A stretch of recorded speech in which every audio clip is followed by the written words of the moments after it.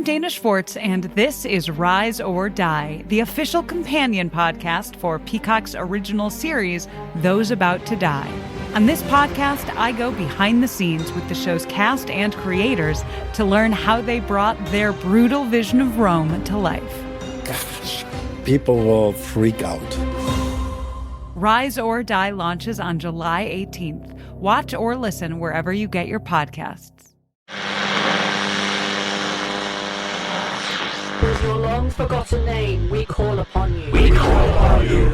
In the words of the unspeakable language, we call upon you. We call upon you. By the spilt blood of the wicked, who walk upon this world, sprouting the words of false idols, we call upon you. We call upon you. On the land of the dead harvest, that which brings the earth itself into your service, Yamal, we call upon you. We call upon you. We call upon you. We call upon you. Yamal calls upon you. The Sprouting, a Call of Cthulhu actual play podcast by Blighthouse Studio. Find us on your podcatcher of choice. Hey everybody, before we get started, just a quick reminder, I, Jenny, am playing a few shows in the Northeast next week.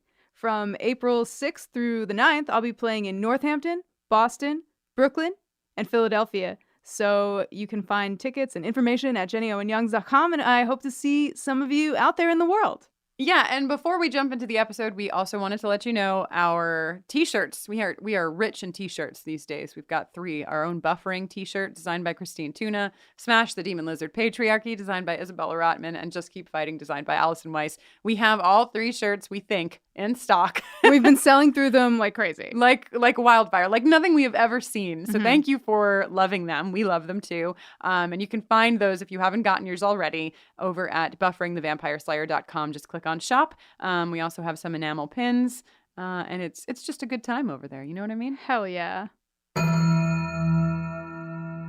For today's episode, we got to talk with our friend Shannon Woodward, an actor who's most recently appeared in HBO's Westworld. Spoilers for Westworld, it's full of robots. Spoilers for Ted, he's a robot. Shannon plays Elsie Hughes on Westworld, a character who programs robots, so we were thrilled to get to talk to her about an earlier and more rudimentary prototype named Ted.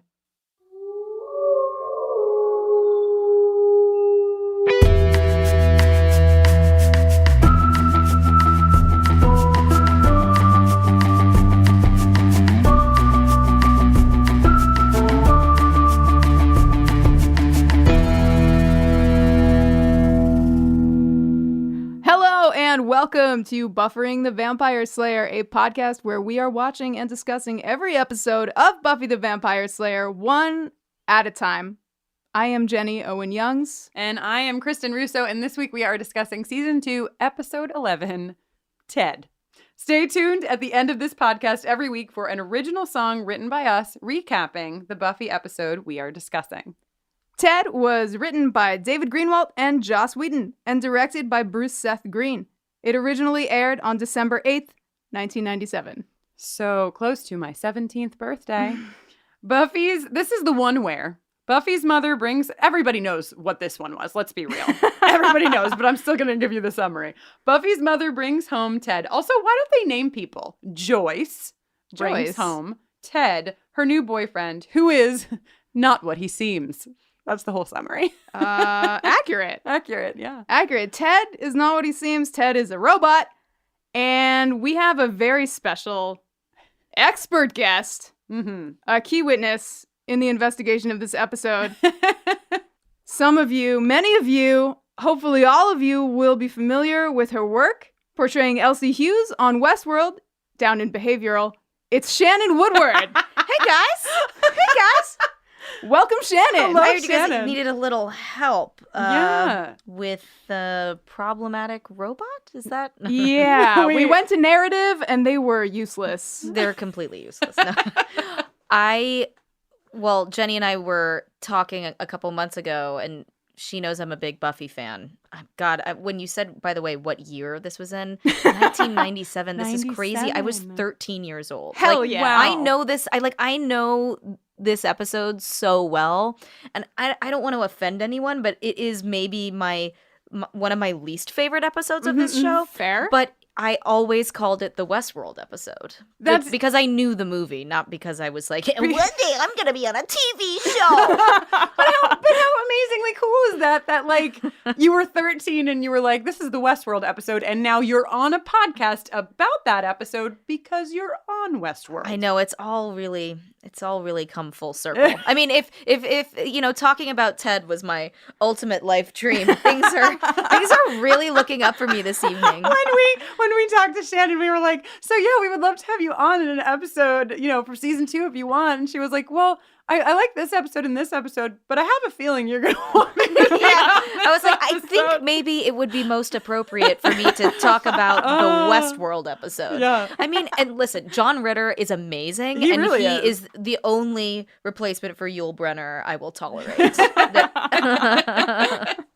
Oh, yeah, we have a lot to discuss. Yeah. There's I a mean, lot. where do we even start? I mean, We could start with Xander's pants. we should. They Oh my are God, Gene Coast. sales. Yes, right? Totally. Also- did you wear pants like this? Did you? Absolutely not. Okay. I asked because I know that You're in a room with two. Did you guys people. both wear those pants? Of Oh, course. yeah. Don't- Mine I looked wanted to better fit than in. Xander's. I wasn't that much of a tomboy as a kid. So like I actually every week, especially like season 3, which don't worry, I won't spoil anything. I'm just talking about clothes You're here. like, they wear pants, and we're like, Shannon, we told you, no There's spoiling. hoodies. No hoodies. Don't say it. No, I remember I would like go to like Marvin's. Is it Marvin's? Mervin's? Mervin's. That's a California thing. Were The you hell is here? Mervin's? No, they had one in Texas. I was in in Austin at the time, Texas. but I remember I would like go to try to find like the outfits that Buffy would wear, and I would try to like dress like her. And my friends would always clock it. They'd be like, "Cool overalls." Yeah, we saw that. I mean, and like in hindsight, like I see pictures and I remember the outfits I was trying to copy, and Wow. they weren't flattering. Like I didn't look anything. I mean, like some of them Buffy. really aren't even flattering. Yeah. You know what I mean? Like, What they're percentage not of clothing was flattering in the 1990s? Very little. Except, I mean, yeah, I don't know. listen. Buffy looks pretty cute to me. This episode, Buffy had a lot of serious costumes in this episode. Yeah, things were really intense. Like, she's wearing heels to mini golf. kitten heels even. Yeah, she's got like the thing that she wears right after the mini golf outfit where she's in like the red patterned the thing that's made out of like Camisole. upholstery. It was like a black camisole fabric? and then like an over thing. I was like, oh wow, double pattern. I mean, it's pretty cool. Yeah, it's great, but like she's literally just in her It's house in her made out kitchen. of drapes. Okay. They were all like very expensive. Like these were a lot of expensive outfits. I was really like that jacket she's wearing when she's sitting on the stoop when the coroner is dragging the robot out, by the way, because apparently no one noticed that he has steel for limbs. But that jacket, I was like, that's got to be like a $4,000 coat. Yeah, Like, that's an they really expensive went coat. for it. And we don't even have Kate with us this week to talk about it, but I think Kate would have had a lot to say. There's for a this lot to be episode. said. There's a There's lot a of lot to be costumes. said. On my big note before the credits about costumes besides Xander's pants was Willow's condom hat, as I called it. Yeah, is it a Kangol hat? Do you remember those Kangol like Yes, bucket yeah, hats? And yeah, they're like, yeah. I feel But like it, that's what it was. It's like rolled up, just like very tightly around her head. It just. Do you think she thought it was funny? Like, I wonder if she was like, this is a funny hat. I've got to wear it. It's so silly. I like, don't know. When I look back at the hats I wore in the 90s, now I would think I would have known that they were ridiculous, Right. but I sure didn't. There was a lot of collective bad hat decision making and permission granting. My only fan picture of my whole life is with letters to Cleo. Oh, yeah. and I am wearing like a fisherman bucket hat. Oh, no. Yeah, it's Yeah. really something. It's really Great. something. I remember that time in the 90s where suddenly it was like, you know who was so cool? Gilligan. Why don't we dress more like him? And everybody was like, collectively, absolutely. yeah. Yeah. And then they were like, but you know what it's missing? I love the hat. You're dead on about that trend. What if it was fuzzy? Right. And everyone again was like, Right? yes, yes. Why didn't we think of this already? We're so happy. Spectacular. Oh God. So Anyway, anyhow, fantastic outfits. We get to the house. The door is open. A glass breaks. Buffy goes to Joyce's rescue. And what does she find but her mother making out Pre-boning. Yeah. I have an objection. First, I have an objection to pre-boning, fired. and I never secondarily, said, I just made it up. But it felt gross enough to say that, like, that's Buffy's reaction. So, like, I Right, feel like I right. got it out of everyone. And Yeah. it's like, oh, Yeah. God, no. Yeah. Yeah, she is not pleased. secondary objection: the amount of time that passes between the breaking glass, And the the scream of no, and then just exactly how like wrapped together they are. Well, Ted is a big man. Also, it must have fallen in such a particular direction that there were, like, absolutely no risk of getting cut. yeah. We'll just Let's leave keep- that there let's keep and move pre-boning. closer. Yeah. Oh God. I'm gonna Oh keep God. saying It's it. bad. It's so bad. It's so bad. And this is the shortest like pre-credits situation I think we've seen to date. It's So like quick. it takes 1 second. This happens. Because he's probably the most famous guest star they'd had till then. Like, it was a That's- great reveal for them. Yeah. They were like, Oh, and we've got that's true. John Ritter. Yeah. So- He's their first special guest. Special guest Yeah. star. And I'm trying to think, were there other, I don't know if I can think of anyone who was bigger than John Ritter who was ever like a guest star on the show. Yeah, I don't know. No Not offense off the to top of- all the other guest stars on the show, but John Ritter's a legend. Yeah, So. John Yeah, Ritter he's was pretty a massive. big Oh, deal. well, there's Joel Grey. Oh, yeah. Appears later. Amy Adams before Amy Adams is anyone. Really? What episode is she in? Um, Can you do you have to tell me after? I Is it think a it's spoiler? in season 4 or 5. I'll tell you later, like what the context is. Okay, yeah. Tell me later. That's so funny. I never knew that. Yeah, I didn't either, but I also so I'm in the room now with two. Oh, also the guy Buffy from Files.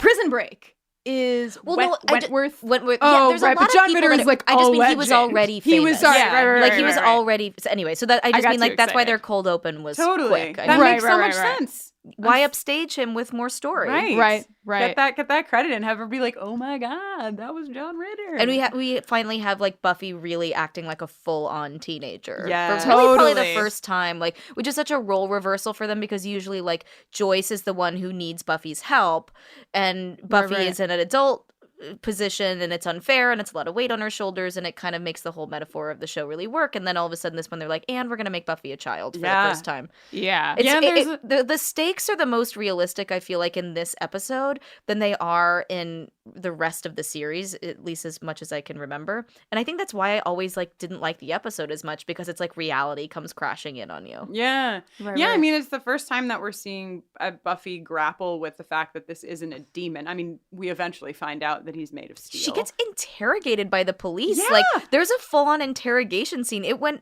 SVU for a minute. And we talk a lot on this podcast about the lack of Right. police intervention. Right.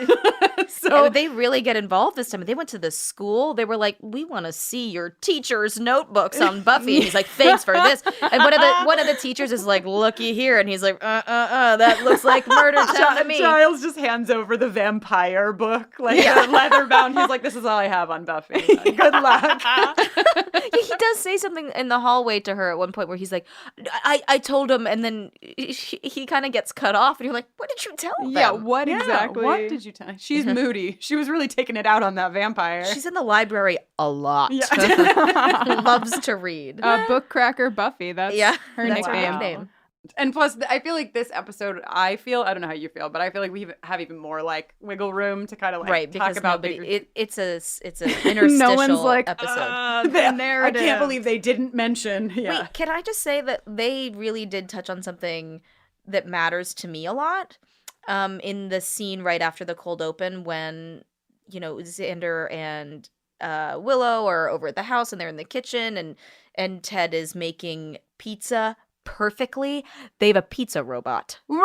Someone made a pizza robot. And honestly, I've never heard of a better It's true. idea. But I have to ask you because one of my notes was also about the pizza. Yeah.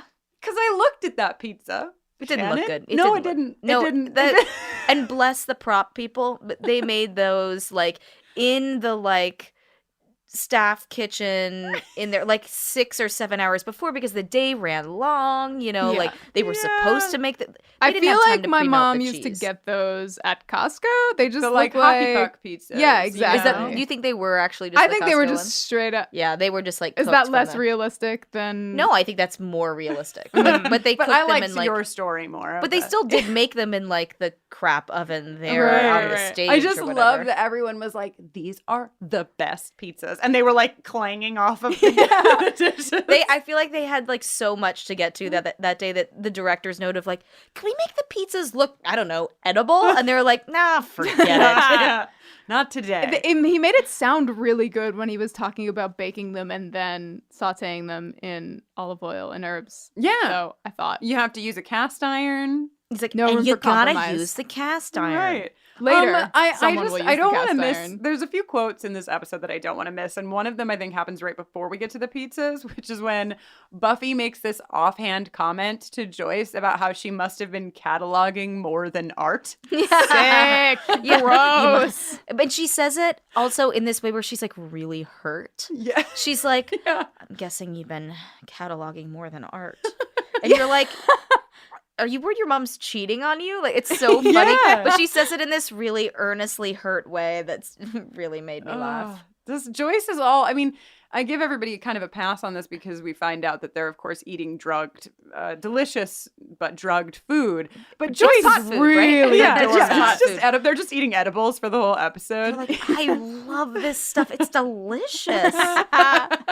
But it's just like Joyce. I know it's the drugs, whatever. But like Joyce is, come on, Joyce is not Joyce in this episode. I cannot believe that Joyce is going to fall for Ted. I just She's can't. a mess. I know it's one of those things where, and a lot of shows do this. They're just like, well, for this episode, you're just this person. Like, let's just like, and Buffy's mom has always been that character to me in the show that like, she's there to serve a purpose for the story, you know, as like a barrier between like Buffy being a grown up or not, you know, and in this one, it really keeps her a child. And like, and also the fact that Joyce is suddenly like, I don't believe anything you ever say, Buffy.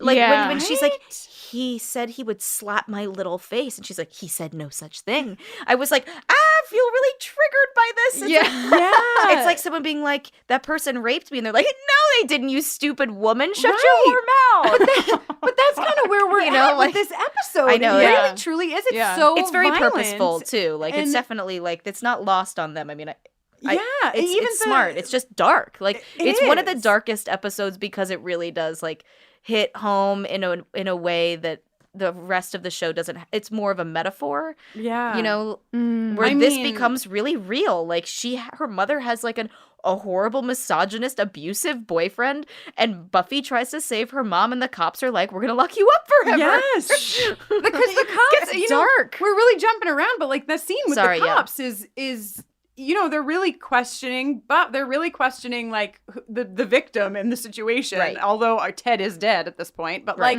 there's just a lot. You know what? There's a lot of guys. Is it the patriarchy? It's the patriarchy. It's a lot. I mean, they should have just called this episode Patriarchy. Yes. Because I have like a whole patriarchy segment of my notes. Wow. But I mean, they're mostly just quotes from Ted. Ted makes me more uncomfortable than I think any character we have seen to date. And like there are demons that I don't like looking at the Master's fruit punch mouth. I don't this like one really it. hits home. It's just It's a little too close to home. It is his like you know, Joyce, let me handle this. And of course, little lady, sweetheart. Like there's just so much of that fucking bullshit. I beg to differ, little lady. Oh, it makes my body feel bad. Like my nerve endings are just not. Ugh. Yeah, there's a lot. So yeah, this episode, you're right.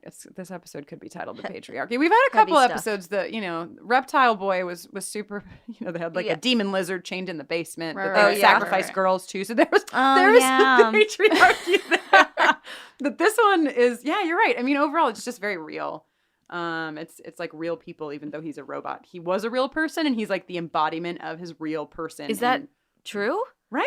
Did I read the story wrong? I don't think they said anything like that, right? Well, I think at the very end, there's like a little bit of exposition where they're trying to like explain it really quick. And what does they Xander's say? talking, and they say that Ted, the original Ted 1.0. Was a brilliant computer programmer. and got made a robot of sick. His himself. wife left Right. him. He made a robot of himself, who then went and got the wife. and I then guess, killed the wife. and maybe killed her or held her captive until she died, and then got another wife and another He wife. seems- and and so where's another like wife. real Ted? dead. Dead. Okay, Like I of guess. cancer or something close to cancer is kind of what they implied. But Yeah. like back in the 50s. It's a very loose. They really don't go to any trouble Well, I to mean, the outline it. craziest thing too is that like of all the stuff that they've seen, of all the supernatural stuff, this is like a practical thing. Like someone has jumped like 1,000 years or something technologically and been like, no, this guy who works at a remedial software company who's a software salesman, by the way, or it just turns out like he built an incredible android, and everybody's like, Sure, yeah, of course. I'm not gonna tell mom that. I mean, she might be onto my vampire stuff if I tell her about that really intense computer she was dating. So, Like it's so weird. It's such a strange jump. Okay, so chronologically, Buffy is like, I hate Ted, and then goes to the graveyard cemetery. I can never remember which the fuck it is. Cemetery. Let's say. And beats the shit out of a vampire, taking her aggressions out. And the only reason that I want to call attention to it is because Giles says it's staking time. And I love it. And Shannon, we watched the episodes twice, so we watched this yesterday before we watched it today. Okay. And last night when we watched it and Giles said that, I sang closing time, but using staking time. So I just wanted everyone to know that. Great. That's my complete story. That's about something you that can do scene. at home, too. What do you mean? Oh, you can. the Yes, you listener. too, listener. You too can sing "Staking Time." Great. You're welcome. Thank you. Also, after that scene, I pointed this out when we were watching it. Buffy's like never winded unless it's a plot point. Well, is that because she's the Slayer and it's she's also like super strong? It's because the actress didn't like feel have like to it. like her stunt double, who's amazing, by the way. I remember being Yeah. like such a big fan when I was watching the show live as a kid, like of her stunt double because she's incredible. Mm-hmm. But like it's like she just steps in and does like the last bit and then she does her scene. But Yeah. every time I'm like, God, that stunt double was exhausted. She was breathing so hard.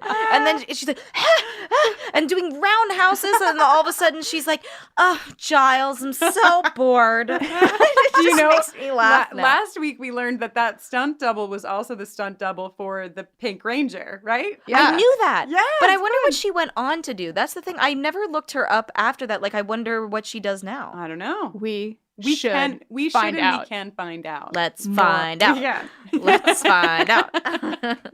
Y'all, here we go.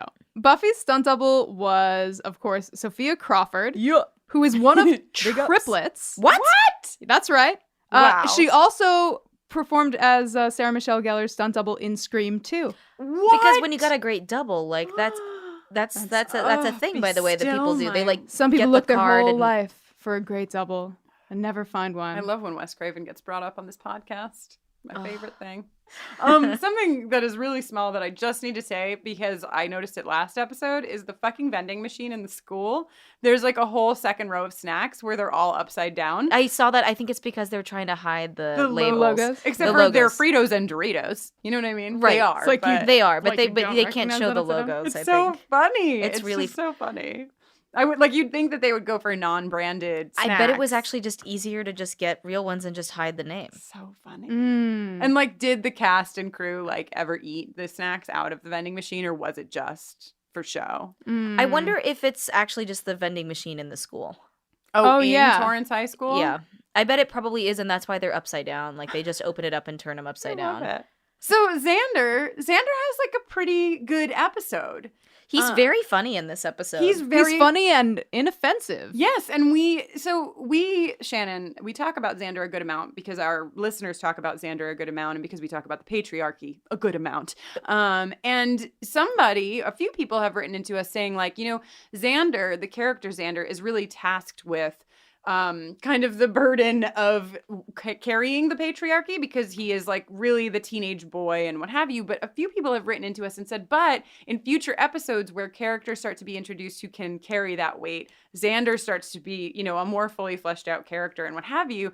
And I feel like this is the first real example of it that we're seeing because Ted's doing a fine job. Ted's handling I think there's another reason for it too, though, which is for the first season and a half, Xander's pouty because he doesn't get Buffy. And that's the yeah. patriarchy there, right? That he feels like he Solid. deserves her. And like, it's that way that he feels open about pouting about it and annoyed that he can't have her. Yeah. That's so patriarchal. And then he starts getting some from Cordelia. And suddenly he's like, okay, I've got mine. I'm in a so better we're mood good. now. You're Like, right. and so that's why he gets to change his attitude because his drive is now elsewhere. Wow. Great assessment. So the patriarchy lives. The patriarchy lives. It's just that he's distracted and he has his other outlet, one that is a character we don't mind if he gives her a hard time because Because she she's can a hold ridiculous her own. character in a great way.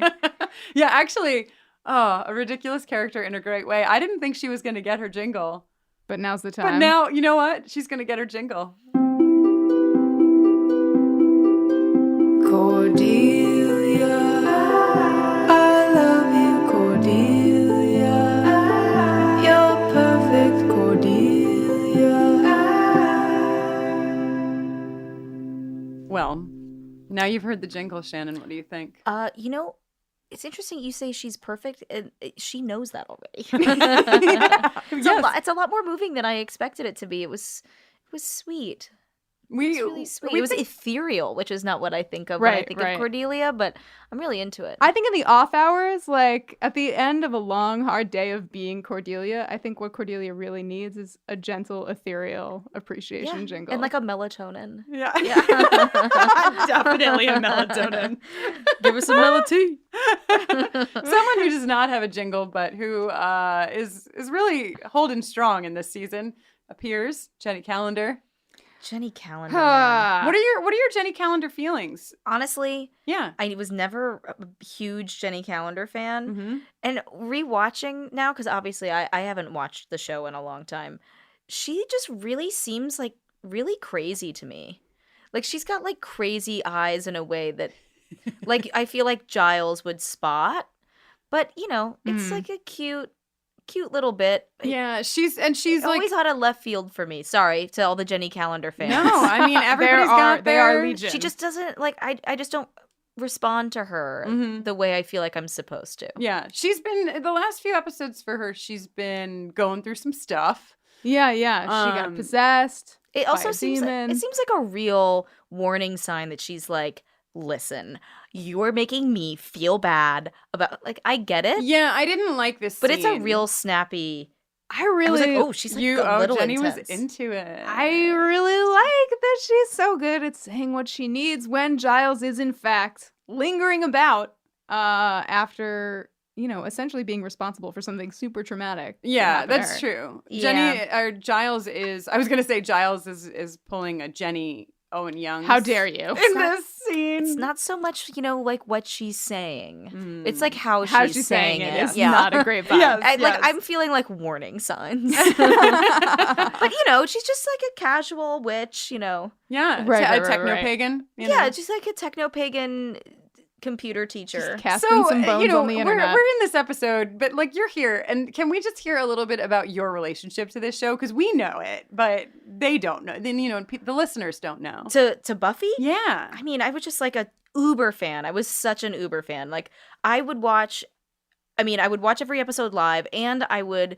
record the show on my VCR. I had every episode, like I would just buy like VHS tapes from like Eckerd's when my mom would go. I'd be like, I have to go because I need to get another VHS tape. Yes. And I would record it on extended play. Did you know you can do that? You could set your VCR to record at a much slower rate so you could get like 8 hours out of something instead of getting like 2 hours or What? something. wow. So- So we recorded it like a lower quality. Yeah, at a lower quality so you could get more because like it's not like I was made of money when I was 13. Right, You know, my right. parents weren't exactly like dying to encourage. I knew how to set the VCR timer. I mean, and as soon as IRC was around, then I was like downloading the episodes because that was like legal at the time. Nobody was streaming anything. Yeah. You get like MPEGs. I was encoding MPEGs. Like Oh my goodness. just wow. really truly the nerdiest person. And who do you have a favorite character, even if they haven't appeared yet? Yeah, like I was just a Buffy person. It was a great like role model. You know, she was smart, she was funny, she was never too put upon because of the burden that she had. You know, she was. I don't know. Like I think I just like wanted to relate to her. Saying I related to her sounds like I'm complimenting myself. I don't know. I say it all the time. So you go right ahead. I even like when we were shooting Westworld, I was telling our showrunner, it was Lisa Joy, like after we finished the season, we were talking about it and we were talking about Buffy, and because she was a big Buffy fan too, and I was like, I feel like I play like Buffy the Vampire Slayer, but like, you know, slightly nerdier. And she's like, oh, okay, or you're more Willow. And I was like, no, I see myself as this way. She's like, okay, I don't want to mess that up for you, but you know, and I'm like, no, I'm Buffy. Whatever you want to think, Shannon. Like, I just like not how I. That's amazing. Not that I'm not a Willow fan. I am. I was just like, I just never really connected with Willow. Right. You see yourself as a Buffy. Yeah. Anyway, Hell yes. So funny. Hell yes. I remember actually when I came to LA to start acting when I was about 15. So the show was still on. It was still shooting. I mean, they were probably still doing like season 4 or 5. Mm-hmm. And I went to their stage for an audition because their casting directors were casting something else. And I went to the stage and they gave me like a visitor sticker to like go, and I was like slow walking through their set, like through the graveyard. I was just like, my God. oh my God. I was freaking out. I didn't even remember what I was auditioning for. I know I didn't get the job. I was just like so I was a child. Yeah. I was so excited. I remember I went up to an AD and was like, do you think maybe Sarah Michelle Gellar would let me meet her? And they were like, no, get off our lot, right? This is like after my audition. But I remember I found this the other day, like in some like old notebook, the visitor sticker. Oh my and God. I wrote on the side of the sticker, it was like, the day I almost met the cast of Buffy the Vampire Slayer. Oh my God. It's so embarrassing even to say out loud. Just like such a nerd. Like, it was still like so real to me. Yeah, I mean, it was like, still going on. I'm actually really glad I didn't see it, but I was just like, oh my God, this is crazy. When I first came to LA, I drove to Torrance High School and like walked around. Hell yeah. Of course you did. Do those VHS tapes, are they long gone?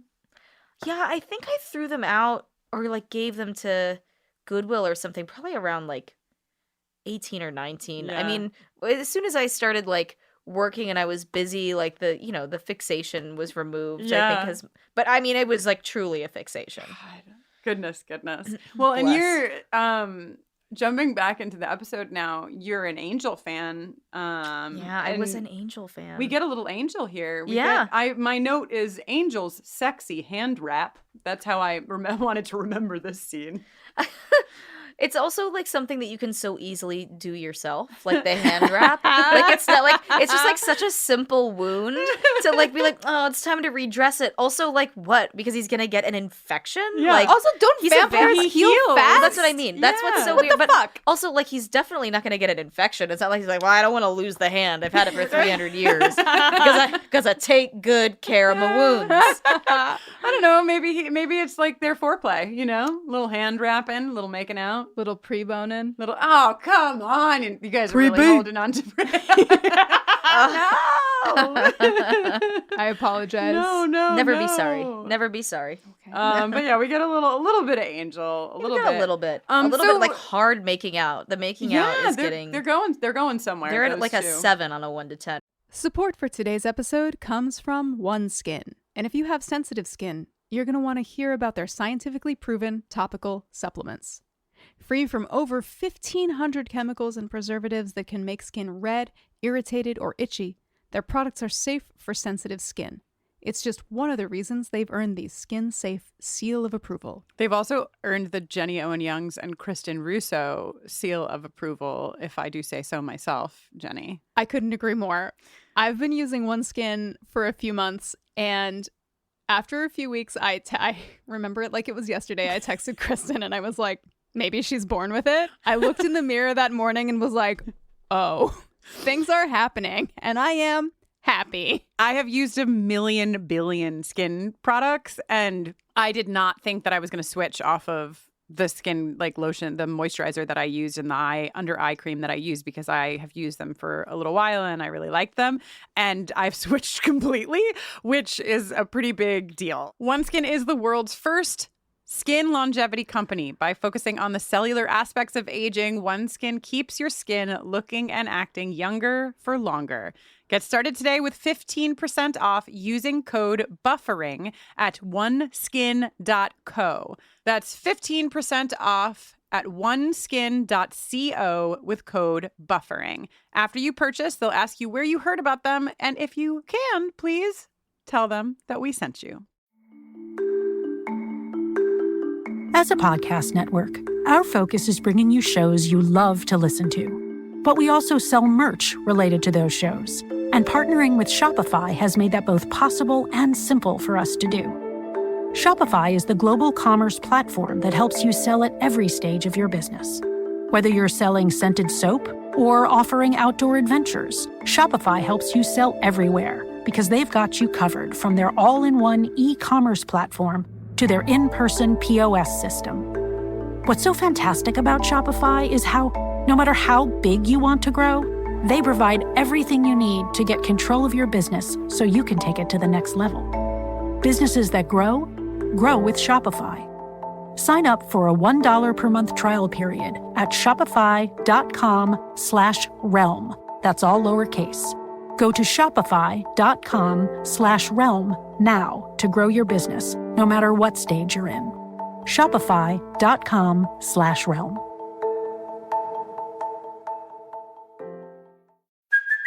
Hey, it's Kaylee Cuoco for Priceline. Ready to go to your happy place for a happy price? Well, why didn't you say so? Just download the Priceline app right now and save up to 60% on hotels. So whether it's Cousin Kevin's Kazoo Concert in Kansas City, go Kevin, or Becky's Bachelorette Bash in Bermuda, you never have to miss a trip ever again. So download the Priceline app today. Your savings are waiting.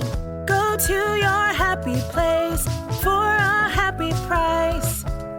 Go to your happy price, Priceline. Right now. So this is where your expertise, Shannon, is going to start to come into play because we're at mini golf and Ted fucking loses his fucking mind. He likes shorts. I think he loses. I don't know. You would probably, from your research for your character. My research for my character. Robots tend to get very upset when they lose mini golf. I don't know if you've met a lot of androids, but I know Maeve really loses it. Yeah, I think this actually should be like a niche exhibit at Westworld. You know, like just like the narrative where the robot is really serious about mini golf. It's like Teddy is like, well, sir. The rules are the rules. I saw you kick that ball out of the rough. You can see my robot Wow, accent. that was a really great Teddy. Just Thank for the you so record. much. It would be too weird if I actually tried to impersonate a coworker. I feel like that's like it's crossing the line. So yeah, this is. Oh, sorry, Jenny. Go ahead. I just feel like Buffy is like super strong and she has all these like heightened senses and abilities. Why wouldn't she just hit it out of the rough? I feel like she could have gotten a hole in two. Well, because I think like what Shannon mentioned earlier, like she's really being portrayed as like the teenager. It's like what we were saying before, like where Joyce kind of serves a different purpose. It happens a lot on. I think this show, this episode in particular, it's like, well, Buffy's a teenager this time. This is about the real weight of. They're like, put her in the kitten heels, make her clomp over to the rough, walk over to the thing. But this is great. Like, John Ritter is fucking incredible. What a great he's creep. terrifying. Yeah, he's an incredible He is terrifying. Creep. He really embodies this, freaks everybody out. And then, as we've already discussed, Joyce doesn't believe Buffy. Ugh. Remember when Ted tells Buffy that it's okay to have feelings? Oh. I kind of lost my shit emotionally. Like watching that again, I was like, I feel so triggered. I can have feelings if I want to. Of course I can have We'll be offering Thank you for that telling me noise it's okay for my heart to beat. that noise from Shannon will be offered as a ringtone. It'll be called the patriarchy ringtone. If you could text me that ringtone, I will. Oh, actually, just before I forget, I was thinking I may. You know how you can rename Siri? Mm-hmm. I might name her Ted. Ooh, are you sure you're going to be able to handle It'd be that? such a deep cut. Yeah, sick. I'd be like, hey Ted, I just want to see how long it's going to take for somebody to notice that I named my Siri after somehow the reprogram robot her to boyfriend. say malarkey a bunch of times. That's malarkey. I beg to differ, little lady. Instead of, sorry, what was that? I didn't quite get that. Yeah. Well, I beg to differ, little lady. Yeah, you turn the wrong way down the street. I beg to differ. God damn it.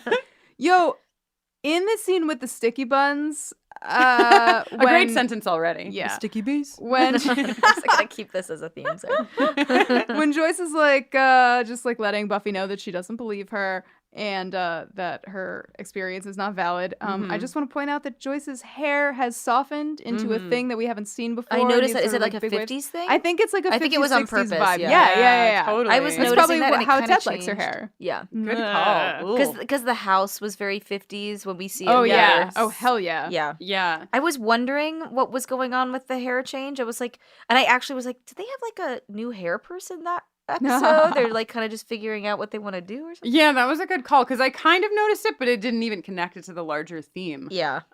So then we go to the high school and there's a banner. I'm just calling that out because we have talked a lot about how Sunnydale High School fucking loves a banner. They just love a banner. This week is a pep rally. Right. They might. Yeah. Oh, right. In the back, in the signs. Yeah, in the background. There's just always somebody's that. making a banner, hanging a banner. Oh, were you gonna say like maybe it's hanging over something that says Torrance High School? Yeah, I meant the one that says Sunnydale, like the banner outside. Like, yeah, I wonder if it's covering stuff like that. Yeah. Like something practical. I would love to know what is behind every banner in this series. You know, just Also, like, it rip is. down. It's the high school in 90210 too. Yeah. I think they were just very aware of that too. Maybe the production designers are being like, "This is not 90210. Yeah, Yeah, It's totally. a different school." What I have a question, a personal question based on what we see happen between Xander and Cordelia. So, Xander compliments Cordelia's outfit. Cordelia's like, "The fuck are you doing, you idiot?" And then they want to make out in the utility closet, which reminded me of my so-called life. Oh, yeah. They always used to I make out in remember the that, yeah. boiler room, right? Yeah. And I just thought, like, maybe it's just me, but like, I didn't make out anywhere in my, like, in any secret room in I my didn't make high out with school. anyone in high school, Me so I'm really the neither. wrong person. That is a lie. You made out with people in high school. Well- but not in a secret room. No. Yeah. So it's just like, but I kind of feel jealous about it. I literally never made out with anyone at school ever. Yeah. It didn't even happen even the one time. No, I think I made out with. You know why? Because school is not a place for making out. yeah, no, Jenny. it's Giles and Jenny Calendar. It's for studying and talking about Buffy the Vampire Slayer at lunch. Yeah, fuck yeah. Just ask tiny little baby me. And for wearing the closest you could get to Sarah Michelle Gellar's outfit. Yes, that day. exactly. It's not for making out. Be you student or teacher, especially teacher. Yeah, Jenny. Faculty. Not Ugh. Jenny Calendar, but Jenny Owen Youngs was very mad about Giles and Jenny Calendar making out in the school. It is unhinged behavior and completely unprofessional, and really goes Highly to my theory unprofessional. that it is a red flag. Yeah, right? Red flag. Keep it. Ooh, nice, Jenny. There's a great SNL sketch that you should totally check out called Red Flag. Look it up. Oh, I didn't know that. And I just thought enjoy. you were. It reminded me of another SNL skit. Whatever. Continue. I'm not going to go Different down podcast. this It's a path. different Yeah, it's a different A thing. slippery slope. Buffy Yes. goes Yes. to Ted's She does. office And doesn't even sneak around. doesn't even sneak around, doesn't even wear her normal detective outfit of trench coat and horrible sunglasses. She doesn't even try to hide. She stands like right next to him Right at by the the snack snack area. desk. And she's just like fully stood up, like not concerned. She's just like sort of leaning forward. Yeah. Yeah. This is a whole thing, a very interesting thing. She sees this picture folded in half, cutting Buffy out. Which The thing is, like, she knows that photo. It's on her fridge at home. Why does she have to take it out of the... I mean, I know it's for us. It's for us. It's for us. I know. production only But I took the one can't. picture, so Yeah. we didn't get around to doing a second picture. But so also, we why just do have you the think, one. like, what's the motivation for Ted to put the picture, like, is the robot's motivation to have the life he once had, and he just programmed the robot wrong so that the robot's really angry and kills the wives every time? Like, I don't understand why. We'll never know. And why does he have a job? Just because the patriarchy. Cool. I think he still has the the job to because, like, serve the story. That's serve it. the story, but also maybe some sort of like 50s man patriarchy okay. breadwinner Yes. thing. I just remembered that his conversation on the phone is like, it's actually very expensive software. He's like talking about how expensive the software is. God. Like, and that would be a pro. Like, well, I Oh. bought this new software. It's quite expensive. in 1997 being like, she runs cheap software. Speaking of software, just like to the front of the episode when he's talking computers with Willow and he's like, I bet you love your 9-gig hard drive, and she's like, I do. Yeah. And you then do? He gives her floppy disks later as an upgrade. He says like, bundled here's the upgrade I talked to you about. I was like, that's It's a like disc. 5 floppy disks. Cut to the rubber scene that's banded like together. an hour long where Willow is just popping out one disc and inserting the next disc. They love these new discs. They're Ted massive. also has a job to pay for the rent on his weird, creepy underground apartment, which is below the Halloween store. Yeah. Or the same place whatever that it's the like Halloween their store was. weird room on their lot that is a swing set for them. Yeah. They're like today it's an apartment. I swear it's like it's the store later, but I think they use it as someone's apartment at one point because I remember that window. Oh, I don't want to keep an spoil eye it. out. Yeah, We'll let you please know when we holler see at it me. again. We will let you know. So Ted dies. Wait, what? Ted dies. It's after Buffy it finds out happened that they're gonna so get married. quickly. Yeah, which is fucking weird. That whole thing is weird. But like this scene where she comes back into her room and he's sitting there like a fucking creepo with her diary. No. It's like I just And he literally says he's gonna send her to a psych ward. Yes. It's full on like classic, like, if you don't do what I say, I'm gonna lock you up in a psych ward. Right? Like, I'll put you in jail. They really went hard on like The 1950s patriarchy. patriarchy. that brand. And then when she gets upset, he punches her square in the face. So that's not a warning shot. Like it would have if she hadn't have been a vampire slayer, which was very lucky for Ted in this moment. That her diary she would was have true. died because later she gets slightly hit by Ted and Joyce gets knocked out. No, Joyce She's is knocked out. for hours. Yeah. Doesn't remember a thing. It's just like, whoo, he was weird, huh? Yeah. At the end, he's like, that was weird. Watching this episode, when we watched it for the first time, I don't know. I guess I just anticipated that like, he would get killed for the first time in the end of the episode. So it really took me by surprise when we were like 20 minutes in and Ted was dead at the bottom of the stairs. I was like, well, where's this going to go? Like, you know? It goes into SVU. It's like, dun dun. Yeah. Yeah. So then Giles packs his bag full of all of the weapons in Sunnydale High School. In the like, I hope smallest the duffel detectives bag. don't take a look in the Sunnydale library He doesn't locker. even zip it up because Sound was like, could you not zip it? Like, it's just like, it's really disruptive. He just walks out with his open duffel bag. Is that a giant crossbow in that tiny bag? No, Or no, you no. just- Nope. Yep. The crossbow, again, jumping ahead, but so last episode we saw Kendra pick up the crossbow and be like, I know how to use this, and then trigger it and shoot it Through a lamp. accidentally. And the crossbow is up to no good once again, where Jenny Calendar has accidentally shot Giles in the back. Let's be real. As soon as Jenny Calendar picks up that crossbow, it is apparent that she is not a person who should be holding a crossbow. She does not look centered. Would you call that a red flag or no? I'm just wondering. When she's like there a waving color it past wildly, red? as if she's attempting to aim, but it looks like her eyes don't work. Like it's She's just kind of dancing It's with moving it. so much between that you're like, are you aiming or trying to learn the Macarena? It is a lot. So naturally, she shoots him in the sacrum. Yeah, she really gets him good. But how about Giles ripping The liver or the out of kidney or himself? something, like in the back. Like I can't believe he lived. We never talk about that again. Yeah. He It's does, another though. unanswered question from this episode. True, but he fucking yanks that thing right Right out out of his own himself. back. Oh, and then they're making out like 2 scenes later. Yeah, it's a whole thing. I have issues. Sorry, I just looked down at my. I have more notes, but the one that popped out at me was "Daddy's here." Ew, Sorry, ew, we'll ew, get there. We'll ew, get there. We're ew. not there yet, so Yeah. I'm sorry because we're gonna have to say it again. Well, we learned because we learned some stuff that we should go over before we get to Daddy being here again. Right.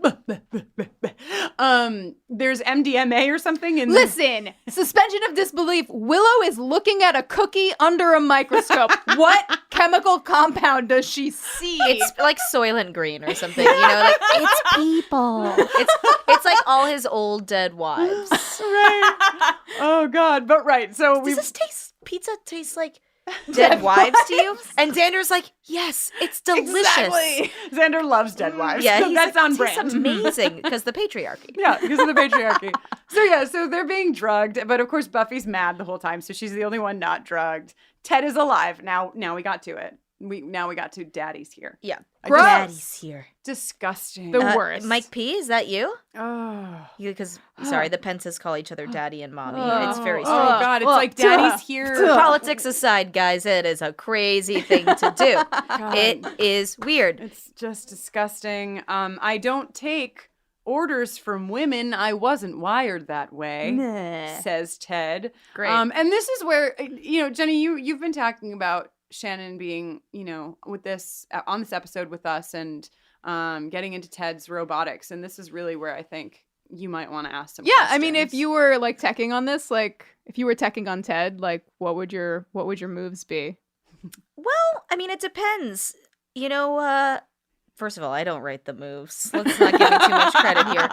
But, it depends on what his narrative is. Like, if he's supposed to malfunction, if that's part of the experience for Buffy. Right, Maybe she was like, I really just always wanted to kill a guy my mom wanted to pre-bone. So now it's like an experience. And she's like, and I really wanted to feel like the cops be involved for the first and only time, I think, ever in this series. Like, I want to feel some weight of the consequences of my actions. Like, maybe that's her theme park experience. So like everything's going according to plan. Yeah. Yeah. No adjustments just necessary. because, frankly, I don't want to give notes on whoever built Ted, but why the hell are there so many lights in his cheek? Yeah.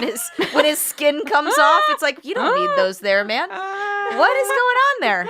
Oh, yeah. His cheek coming off is a real... Just a true waste of luminosity there. But I'll tell you what, a waste in practicality, but effective in the visual. Yeah, they're like, it's a robot. Yeah, I'm a fan of the open-faced Ted. That's an old model that responds to the radio signal in the Sector 3 of the park. How about a nice game of Parcheesi? No!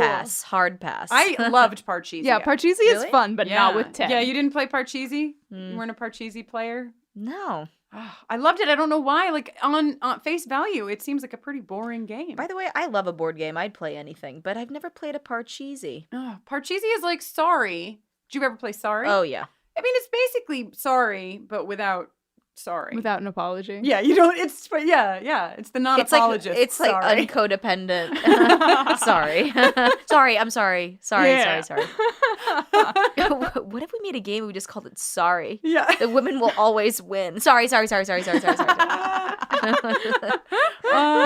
Yep. Speaking of women, you know that thing where sometimes in a young girl's life you just have 4 dead wives in your closet? Yeah. And you can only tell by looking, not by smelling, but we don't know. Yeah, it never smells bad. It's clearly clean skeletons. Kristen said, I pictured them in jars. I was thinking maybe they were skeletons. And I said, those jars, first of all, where do you get giant industrial-sized translucent jars that Xander can clearly see through? But also...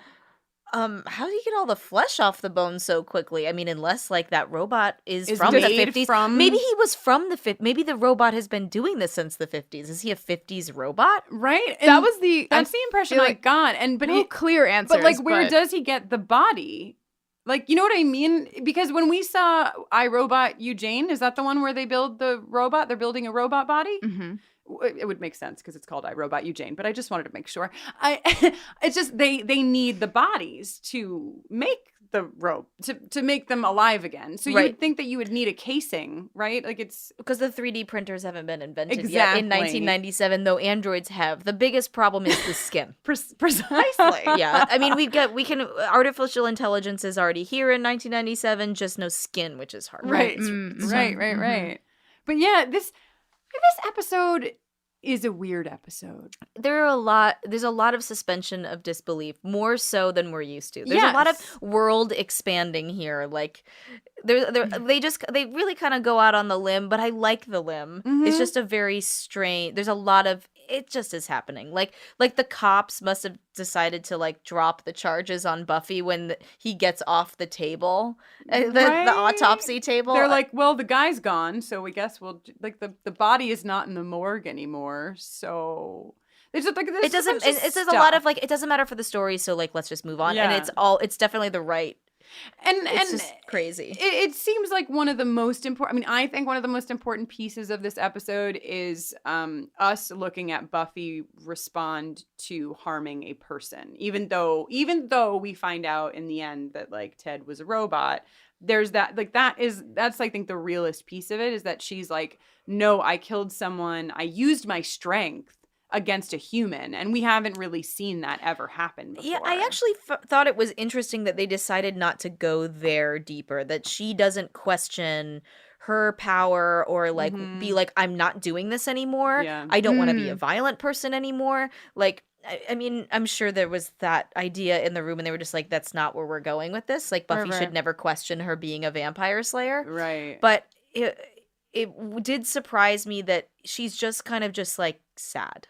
Yeah. She's just like sad that her mom's sad, but she's not like I gotta like look myself in the mirror. Like it's definitely that doesn't exist in it, which is weird. Yeah, there's not as much introspection as you would think, as we've seen in past episodes. I mean, there's just not time in it for where the story is going. But yeah, it surprised me. Yeah, there really was. Like, there wasn't even enough time to explain half of the things that happened in the episode. Right. Yeah, Ted. Wait, that's it. I actually have one more thing. Remember when they go to his house and it's like in the hatch, down the hatch? Yeah. How the hell did they get all that furniture down there? The hatch is barely the size of a person. There's no exterior door. I was like, the first time we see like that couch, I was like, how'd they get the couch through that hatch? Did they build it around wait, what's happening here? And it's kind of made to seem like it's almost made to seem like the building was built around that underground department. Like, you know? And we only found that thanks to Cordelia. I just want to point that out. It's like, does the rug not go with the rest of the decor, or is there no decor to speak of? Well, but that's what she means. She means... Maybe. I'm a Cordelia apologist. Sorry. But yeah, I mean, I was kind of into the apartment. I'm not going to lie. I kind of liked the 50s vibe going on. You want to get an underground no windows place? Yeah, with 4 dead wives in the closet. See you guys never. Yeah. You won't come over to do the podcast anymore when we move to our bunker. No, that's all right. I'm okay. I'm going to stay in. I got to wash my hair. Yes. Can I just talk about the second to last thing that Ted says? Please. Is, want a little gravy with that? Like, his malfunctioning asides are so great. It's such a, like, I wish that this was, like, I wish I had read this as a comic book. Like, this episode is a perfect comic book. It really is. But, like, those bits, like, want a little gravy with that? I'm really just sad that, you know, I never made that joke at work on Westworld, and that you know, and then also sad for myself because if I had, no one would have gotten it. I would be like, that's what John Ritter says when he malfunctions. People would like take Shannon back to her cage. Not to keep bringing it back to this full circle, but I really can't get over the brilliance of you having at like age 13 called this the Westworld episode, and having known that, like, how did you know? Well, my dad's a software designer, and like we watched all kinds of. Is your dad a robot? My dad is dead.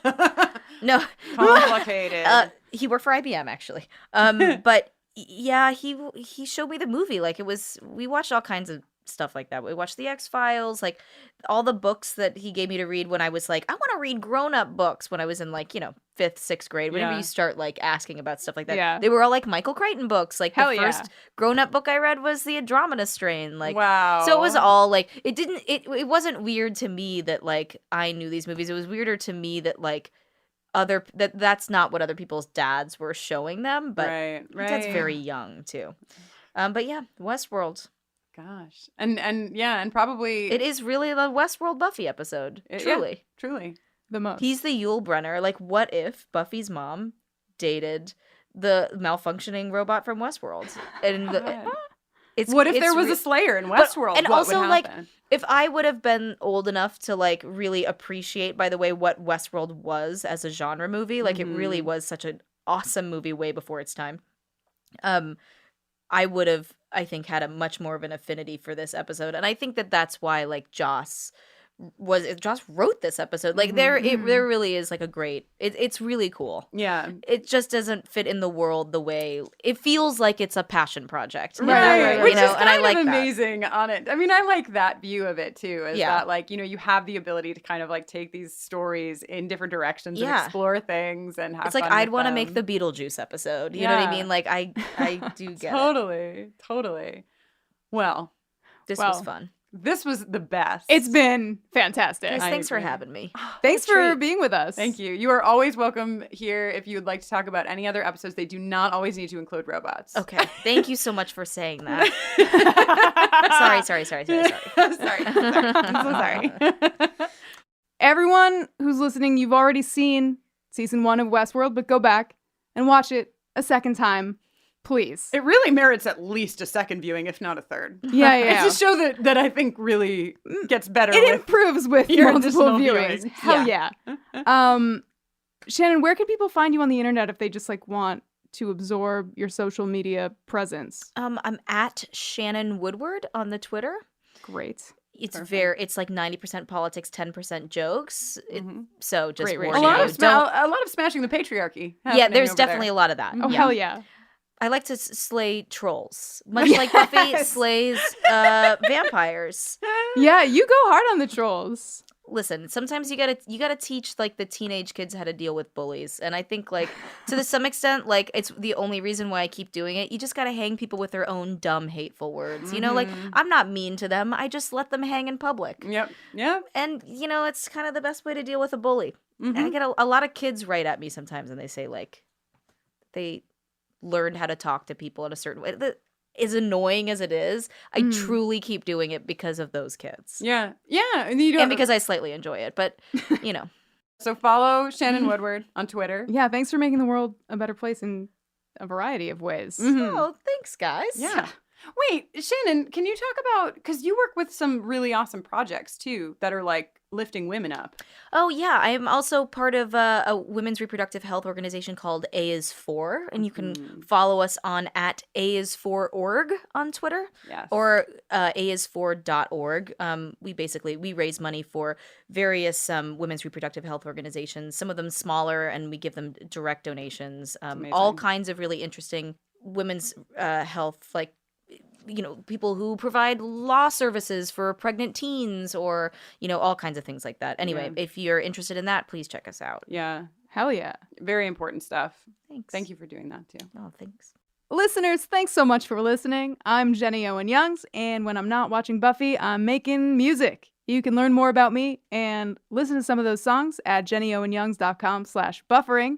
And you can give me a shout on Twitter at Jenny Owen Youngs. And I am Kristen Russo. You can find me on Twitter at Kristen Noeline. That's KristinnOeline. You can also learn about the work that I do with LGBTQ communities as well as their families and educators over on my website, KristenNoeline.com. Those organizations that I run are Everyone is Gay and My Kid is Gay. And just so you know, something that I don't talk about often is that I also wrote a book. It's called This is a Book for Parents of Gay Kids, and I don't know if you know what it's about, but it is a book that is a Q&A guide for parents, family members, educators, anyone really who is in the orbit of any LGBTQ person. It tackles sexuality, gender, coming out, all of those things. It's very useful, and you probably know someone who could use it. It might be you. It's a great book. Thanks, Jenny. You're welcome. You can always find out about any upcoming buffering events that might be headed down the pike, and you can also find information about my events and Kristen's events, all hubbed in the convenient location of bufferingthevampireslayer.com under the events tab. You can follow us on Twitter at BufferingCast or drop us an email at bufferingthevampireslayer@gmail.com. Yeah. What about Facebook? What about poor Facebook? Oh my gosh, facebook.com/bufferingcast. Goodness. Heavens. You can also support our podcast and this work. It is a thing. It's a serious thing. A real thing. A real thing. And you know what else is serious? It's how many of you support it. Our Patreon page is over at patreon.com/bufferingcast, and you can give at the $1, the $5, or the $10 level. And so many of you do.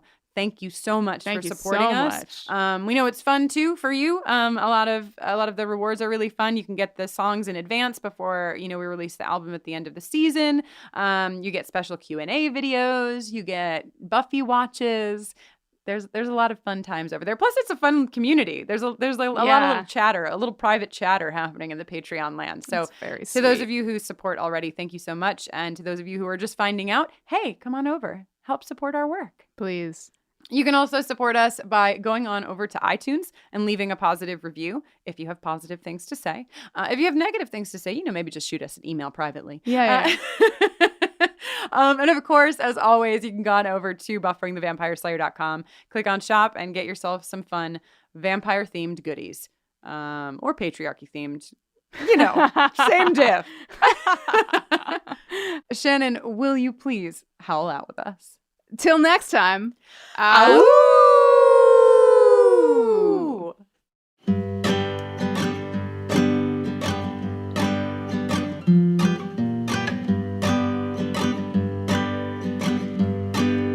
Here lies Ted. Ted is dead. May he rest in little pieces, scraps all heaped up to the sky.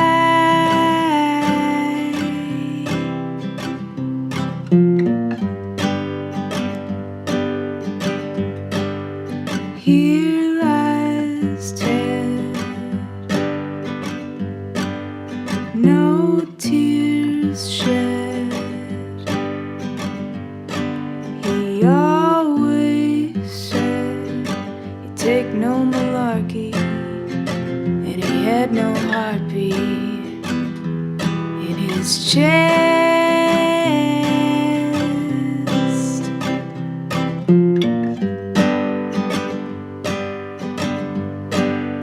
Here lies Ted, the evidence of 4 ex-wives found in a closet in his apartment underground.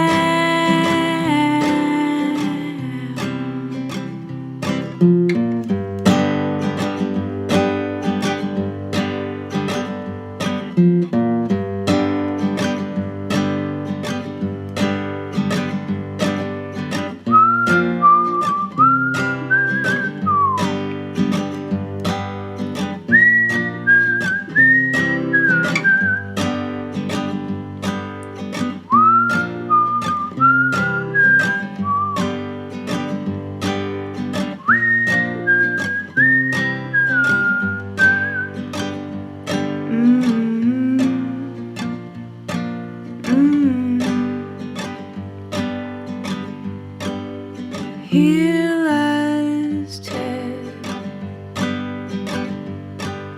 may he rest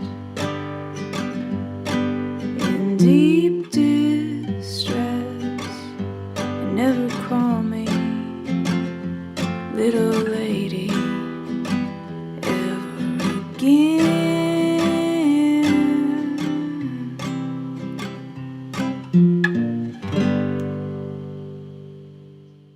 Oh, hey guys, you're still here.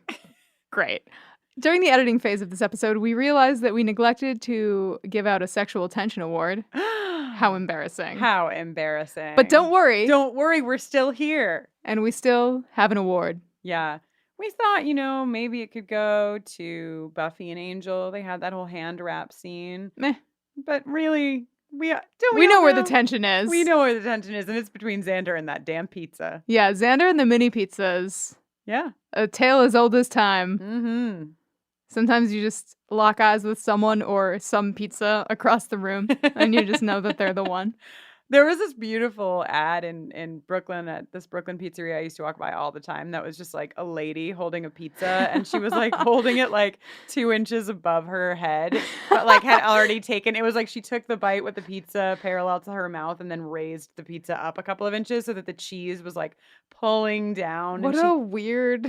She was making out with the pizza is what I'm trying to say. Oh, so you're no stranger to I'm sexual no tension stranger, between a person and pizza. And the poster is definitely from the 1980s. So what I also would like to say is Xander is not the first person to have sexual tension with a No, pizza. he's not the pioneer. There were many the that pizza love pioneer. Many that came before him. So Xander and the pizza. Congratulations. Congratulations to you both.